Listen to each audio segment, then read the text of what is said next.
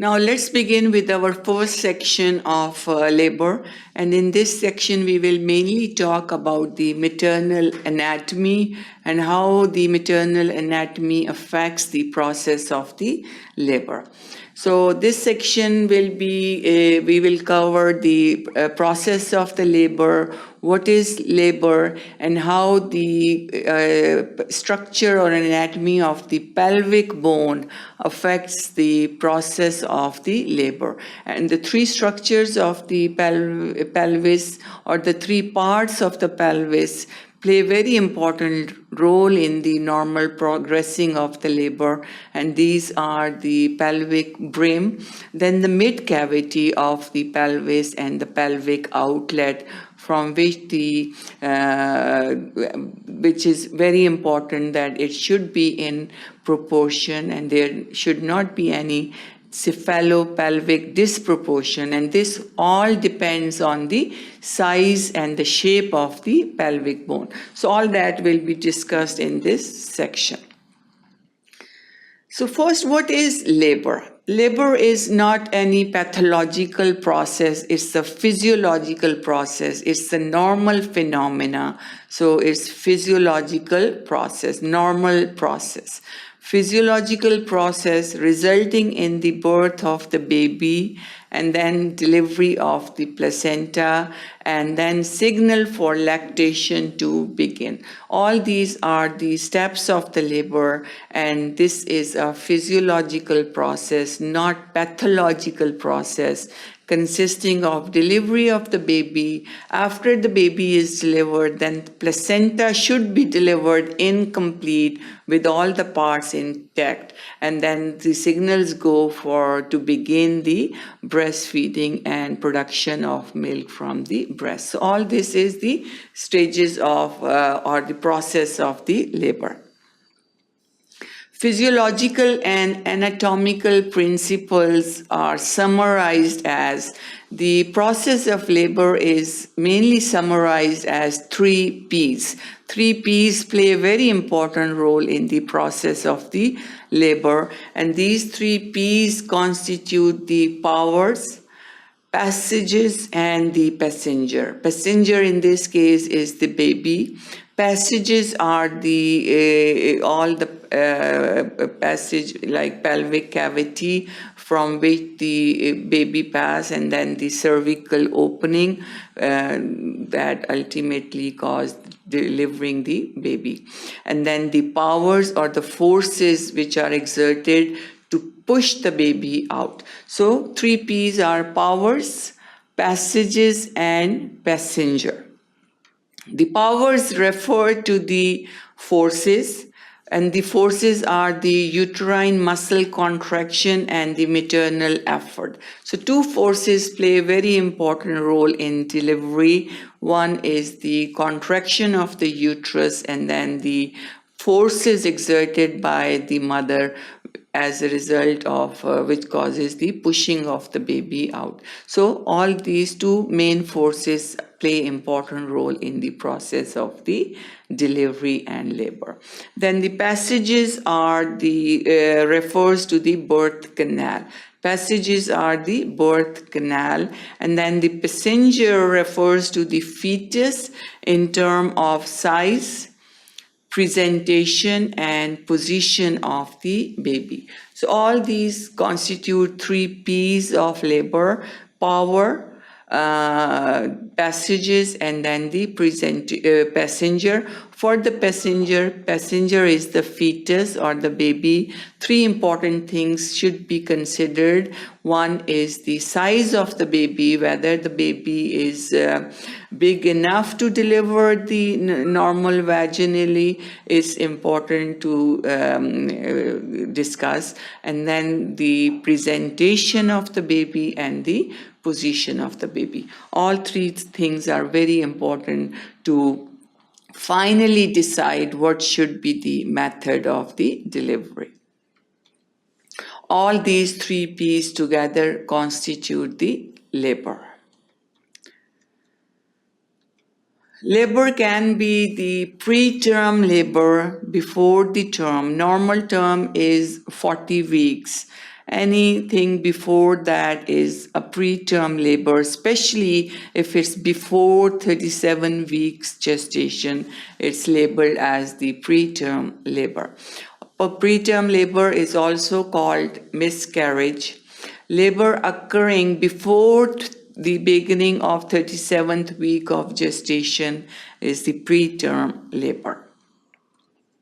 Prolonged labor is linked with increased fetal and maternal mortality and morbidity. If the labor is prolonged, if the process of the labor is prolonged, it leads to increased rate of morbidity of mother and the fetus, mortality and morbidity. So prolonged labor should be avoided, and then we should interrupt the process, and we should try to accelerate the process of the labor, because it has bad effect on both the mother and the baby. So preterm labor before 37th week of gestation, and then prolonged, it has adverse effect on both the maternal and fetal mortality and morbidity.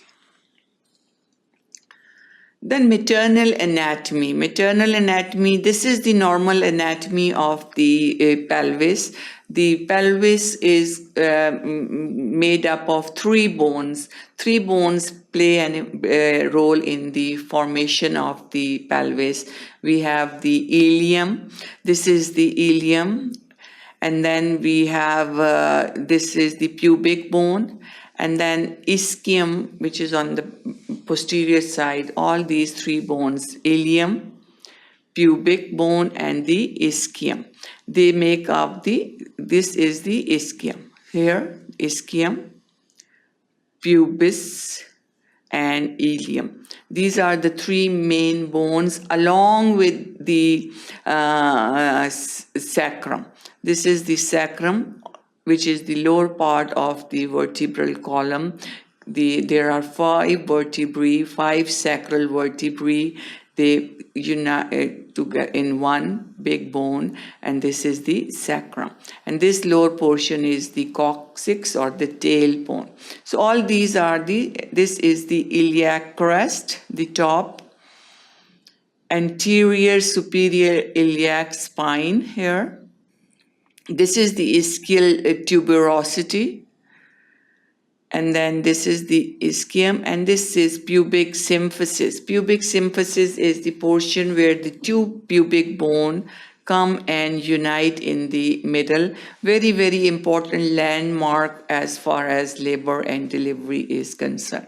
So this is the anatomy, normal anatomy of the pelvis. Here we have ilium, pubic, ischium, this is the sacrum, coccyx, and here we have sacroiliac joint where the sacrum and ilium combine together. So this is the anatomy of the pubic or pelvic bone. So maternal pelvis, the pelvic inlet. Pelvic inlet, as the name shows, is the beginning of the pelvis. This is the pelvic inlet here. This is the pelvic inlet. Pelvic inlet is bounded by here, if you see, it is bounded anteriorly. This is the anterior portion. It is bounded by the upper border of symphysis pubis. So this is the symphysis pubis. Upper border of the symphysis pubis makes the anterior part of the pelvic brim or pelvic inlet. Laterally, on the lateral side, this is the pubic bone here. Upper margin of pubic bone. So we have the pubic bone that makes the lateral part of the inlet. And then the ala of the sacrum, this is the ala of the sacrum, makes the lateral part. So this is the lateral boundary of the pubic inlet or pelvic inlet here. This is the pelvic inlet, anteriorly symphysis pubis, laterally pubic bone and ala of the sacrum. And then posteriorly here, if you see, posteriorly is the sacral promontory, makes the posterior part of the pelvic inlet. Here, sacral promontory. This is the boundary of the pelvic inlet or pelvic brim. Here, anteriorly, symphysis pubis, laterally pubic bone and ala of the sacrum. Posteriorly, we have the sacral promontory. This is the margin or boundaries of pelvic inlet. Next, the pelvis, this, if you see the fetal head, pelvis brim, this is the markings of the pelvis brim. It's vertically, it's 11 centimeter, and transverse here, you can, or horizontally, vertical and horizontally is 13.5 centimeter. So these are the margins of the pelvic rim. We have 11 centimeter from pubis to here, almost sacrum, and then between the two iliac bones on both sides, it's about 13.5. So fetal head enters in transverse position. Angle of inlet or pelvic brim. I mentioned pelvic inlet is also known as the pelvic brim. So the angle is 60 degrees, and this 60-degree angle is important for the normal passage of the fetal head in transverse position. In Afro-Caribbean women, this angle is 90 degrees, so it's increased, and this angle, increase in the angle is lead to delay in the delivery. So normal angle, which is 60 degree, is important for the normal passage of the fetal head. If the angle is increased, which is very common in women of Afro-Caribbean region, their angle is increased, and in that case the delivery is prolonged delivery, or there is delay in the delivery. These are the measurements of the pelvic brim. We have 11 centimeter and this is the 13.5 centimeter. Next, the mid-pelvis. After the head crosses the pelvic brim or inlet, then the middle of the pelvic cavity is reached, which is known as the mid-pelvis. These are the landmarks of the mid-pelvis. Area bounded. Now, mid-pelvis is the area bounded anteriorly. We said that the pelvic brim was bounded anteriorly by the upper part of the symphysis pubis. Now the mid cavity is bounded by anteriorly middle portion of the symphysis pubis. So middle of symphysis pubis makes the pelvic cavity. Then laterally it is by the pubic bones, obturator fascia, and inner aspect of ischial bone and spines. Here, if you see, this is now the pelvic cavity, and laterally it is formed by the pubic bone, obturator fascia, and the inner aspect of the, we have ischial bones and ischial spines.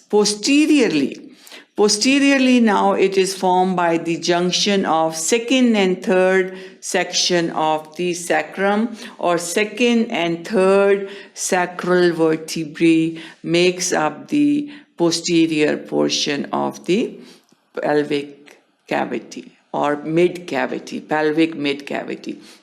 So anteriorly mid cavity is, or mid pelvis is bounded by the middle portion of the symphysis pubis, laterally by the pubic bone, obturator fascia, and then now the ischial bone also play important role in the formation of the lateral boundary. And posteriorly it is marked by the second and third sacral vertebrae. So this is the mid-pelvis. Then now the measurements of the mid-pelvis, we have the here from the symphysis pubis to the sacrum, we have about 10.5 centimeter. This is also known as obstetrical length. Then transverse. The transverse is 13.5 centimeter here on top of the spines here. And then from one spine to another, which is also known as interspinous, is 10 centimeter. So these are the measurements of the mid-pelvis. Its transverse is 13.5. Then interspinous is 10 centimeter and obstetrical is 10.5. So this is the mid-pelvic region.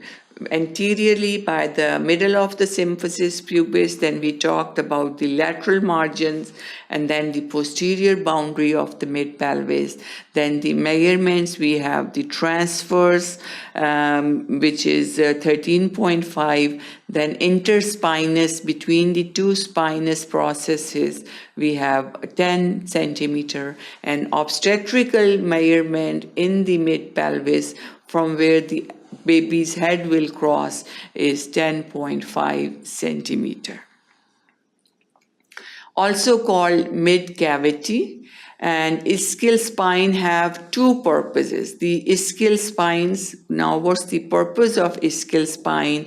It assessing descent of presenting part on vaginal examination. So when the vaginal examination is performed during the delivery or labor, it tells how far the baby is ascend or descend down, and then what's the actual position of the baby and how much more a baby need to descend. So assessment of the descent of the baby is done by the spines. Also, it provides provision of local anesthetic pudendal nerve block. So two main functions of the ischial spines. One is it helps in assessing the descent, and it also provision of local anesthetic pudendal nerve block. Next, the pelvic outlet, outer cavity of the pelvis. This is the pelvic outlet. Here we have 13.5 and 11 centimeters, same as the pelvic inlet. Then we have the boundaries of the pelvic outlet. Anteriorly now it is bounded by the lower portion of the symphysis pubis. Anteriorly by the lower margin of symphysis pubis.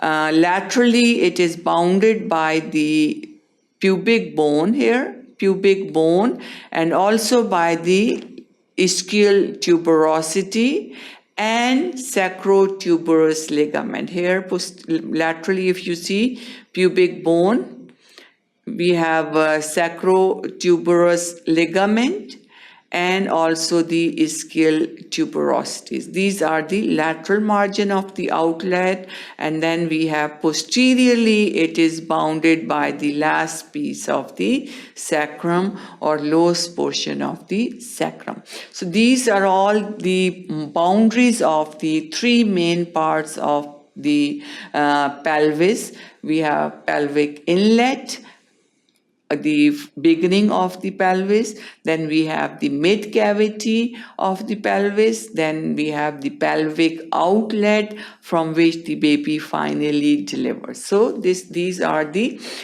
three main parts of the pelvis, and we talked about the boundaries and their measurements also. Next, the pelvic shape. Two important shapes are very common. One is the gynecoid pelvis, and then we have android pelvis. And this is the shape of the, you can see gynecoid pelvis. This gynecoid pelvis is very, very helpful. This shape of the pelvis is helpful in the labor process and in the normal vaginal delivery of the baby, and it's broader, wider.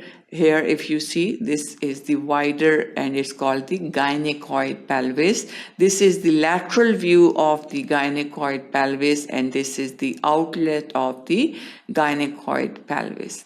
If you see android pelvis, it is more, it's not as wider as compared to gynecoid pelvis, and this is the lateral view of the android pelvis, and this is the outlet of the android pelvis. So there is difference in the shape of the outlet also. This is broader and wider. This is more elongated and narrower. Possibility to enhance dimension of pelvis with more favorable maternal position, squatting and kneeling. So shapes are important in enhancing the process of the labor, and especially if the positions are changed, like squatting position and kneeling, that helps to assist in the process of the labor. So that was all about the maternal anatomy. Thank you for watching sqadia.com.